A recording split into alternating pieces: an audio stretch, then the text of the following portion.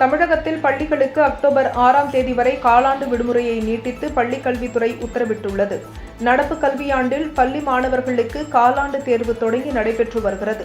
27ஆம் தேதி வரை தேர்வு நடைபெறும் நிலையில் 28ஆம் தேதி முதல் அக்டோபர் 2ஆம் தேதி வரை காலாண்டு தேர்வு விடுமுறை அளிக்கப்பட்டிருந்தது.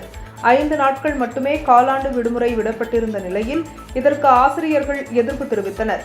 காலாண்டு விடுமுறையை நீட்டிக்க வேண்டும் என்று பல்வேறு தரப்பினரும் கோரிக்கை விடுத்திருந்தனர். கோரிக்கையை குறித்து பரிசீலித்து பள்ளிகளுக்கான காலாண்டு விடுமுறை நீட்டிக்கப்படுவதாக பள்ளிக்கல்வித்துறை அறிவித்துள்ளது. அதன்படி அக்டோபர் 6ஆம் தேதி விடுமுறை நீட்டிக்கப்படுவதாகவும் அக்டோபர் 7ஆம் தேதி பள்ளிகள் மீண்டும் திறக்கப்படும் என்றும் பள்ளிக்கல்வித்துறை தெரிவித்துள்ளது.